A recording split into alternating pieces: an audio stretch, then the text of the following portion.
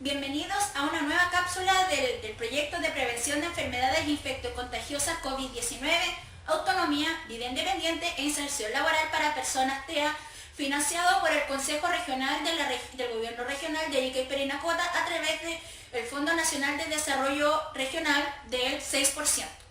En la cápsula de hoy hablaremos sobre talleres psicoeducativos orientados al fortalecimiento de competencias protectoras específicas del adulto responsable en relación a la condición de discapacidad del menor de edad autista. La salud y la educación son dos ámbitos que en el caso del niño y adolescente con autismo se encuentran íntimamente ligados. Según la Ley 20.422, artículo 3, inciso 41, título 4, párrafo 2 de Educación e Inclusión Escolar, el Ministerio de Educación cautelará la participación de las personas con discapacidad en los programas relacionados con el aprendizaje, desarrollo cultural y el perfeccionamiento.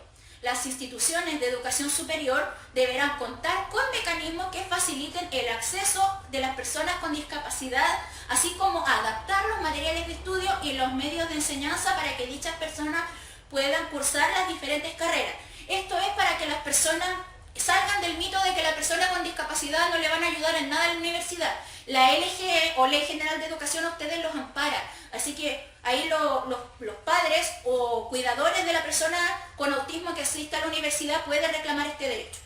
El Ministerio de Educación establecerá mecanismos especiales y promoverá el desarrollo de ofertas formativas acorde a las necesidades específicas de los alumnos a fin de facilitar el ingreso a la educación o a la formación laboral de las personas que, a consecuencia de su discapacidad, no haya iniciado o concluido su escolaridad obligatoria. Esto quiere decir que el Ministerio de Educación puede establecer mecanismos diferentes para que la persona con discapacidad pueda terminar los 12 años de educación requeridos. Puede crear programas especiales para eso o para capacitación laboral. En referente a lo de educación, aquí vamos a presentar de manera gráfica el concepto de inclusión. Exclusión es cuando las personas no las incluimos desde el grupo. Segregación es cuando juntamos a todas las personas diferentes en un grupo aparte y lejos de la sociedad.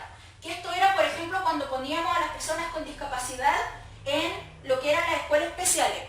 Integración es cuando dentro de la sociedad ponemos el grupo, pero aún así marginado. Esto pasa en lugares como, más que nada en España, en Chile todavía no está puesto, donde tienen aulas integradas, aulas con personas con discapacidad que salen a los recreos a juntarse con el resto, pero igual siguen estando segregados. E inclusión es cuando tenemos a todas las personas diferentes coexistiendo con las personas, entre comillas, normotípicas. Entonces aquí es cuando, por ejemplo, en un curso hay niños con y sin discapacidad, o en un trabajo. Marcos normativos de apoyo a la inclusión desde 1948 hasta el 2007. De 1948 empezó todo con la Declaración Universal de Derechos Humanos. 1960, Convención relativa a la lucha contra las discriminaciones en la esfera de la enseñanza.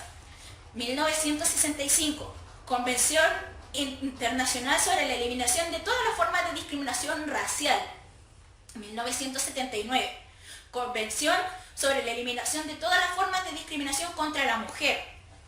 1989, Convenio sobre pueblos indígenas y tribales en países independientes. 1989 de nuevo, Convención sobre los derechos del niño. 1990, Convención Internacional sobre la protección de los derechos de todos los trabajadores migratorios y sus familiares. 1999, Convención de la Organización Internacional del Trabajo sobre la prohibición de las peores formas de trabajo infantil y acción inmediata para su eliminación. 2005, Convención sobre la protección y promoción de la diversidad de las expresiones culturales. 2006, Convención sobre los derechos de las personas con discapacidad.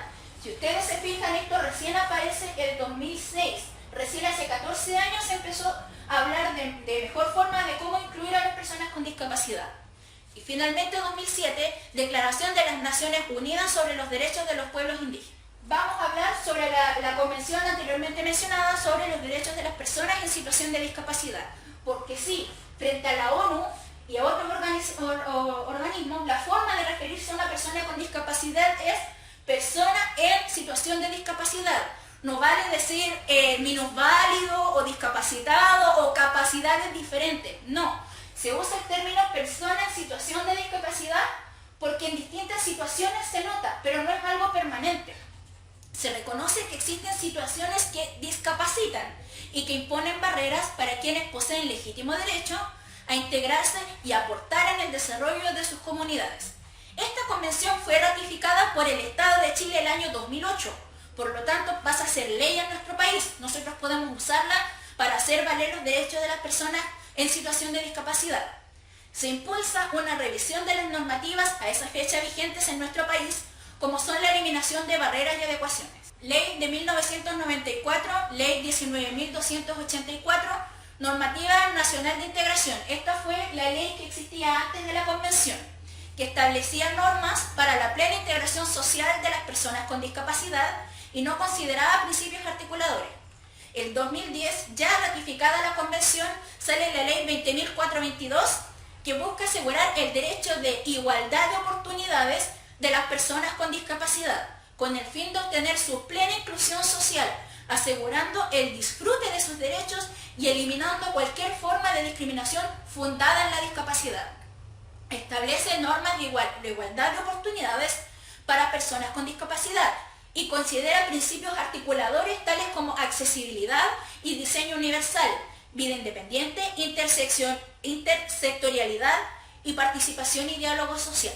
En el caso de la educación y la inclusión escolar, esto está en el párrafo segundo.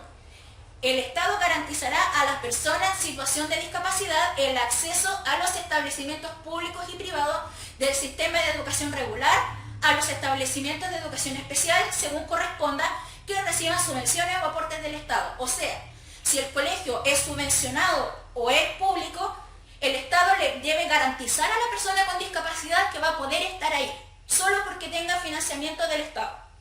Los establecimientos de enseñanza parvularia básica y media contemplarán planes para alumnos con necesidades educativas especiales y fomentarán en ellos la participación de todo el plantel de profesores y asistentes de educación y demás integrantes de la comunidad educativa en dichos planes. Estos son lo que algunos pueden ubicar que son los PASI, que son los programas de adecuaciones curriculares que se le hacen más que nada a los chicos permanentes. Los establecimientos de enseñanza regular deberán incorporar estas innovaciones, o sea, los PASI u otro tipo de adaptaciones necesarias, y las adecuaciones curriculares de infraestructura y los materiales de apoyo necesarios para permitir y facilitar a las personas con discapacidad el acceso a los cursos o niveles existentes, brindándole los recursos adicionales que requieren para asegurar su permanencia y progreso en el sistema escolar. Es decir, que el colegio tiene que adaptar las cosas para asegurar de que el niño no va a desertar del sistema escolar. Cuando la integración en los cursos de enseñanza regular no sea posible, atendida la naturaleza y tipo de la discapacidad del alumno, la enseñanza deberá impartirse en clases especiales dentro del mismo establecimiento educacional o en escuelas especiales.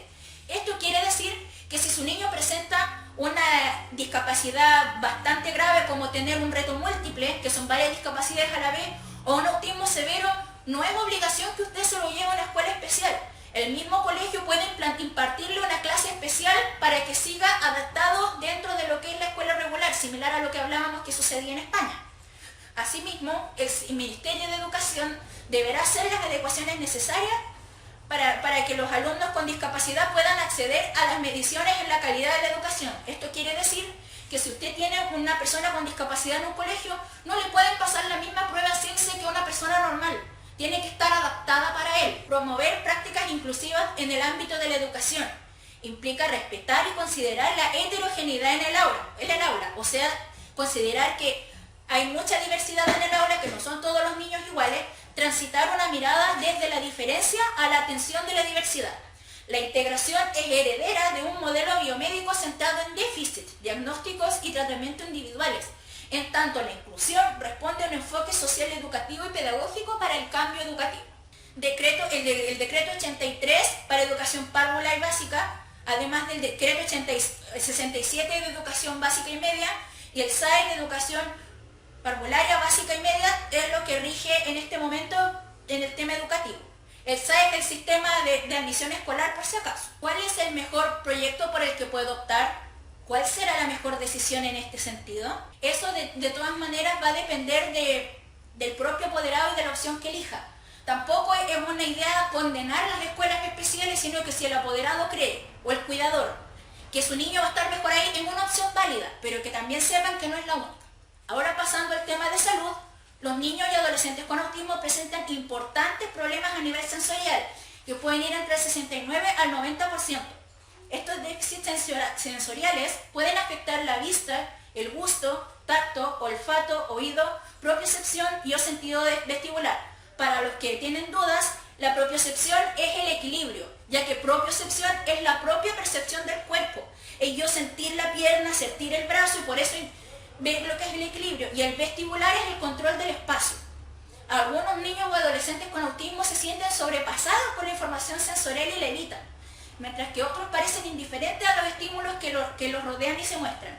Entonces aquí estos chicos que evitan suelen ser chicos que les molestan mucho las luces o los ruidos o el tacto de la ropa y tratan de no tenerlos. Esos son los perfiles evitativos. Otra dificultad importante que se presenta en niños con TEA se vincula al lenguaje y la comunicación. Podemos tener ecolalias, que es, por ejemplo, cuando el niño repite lo que un adulto dice. Usar lenguaje descontextualizado, retraso en el habla o escasa o nula habilidad para el desarrollo del lenguaje no verbal. Estas dificultades idealmente deben ser abordadas por un fonoaudiólogo o profesional de la educación. Espero que hayan aprendido con la cápsula de hoy y nos vemos en una siguiente. Hasta entonces.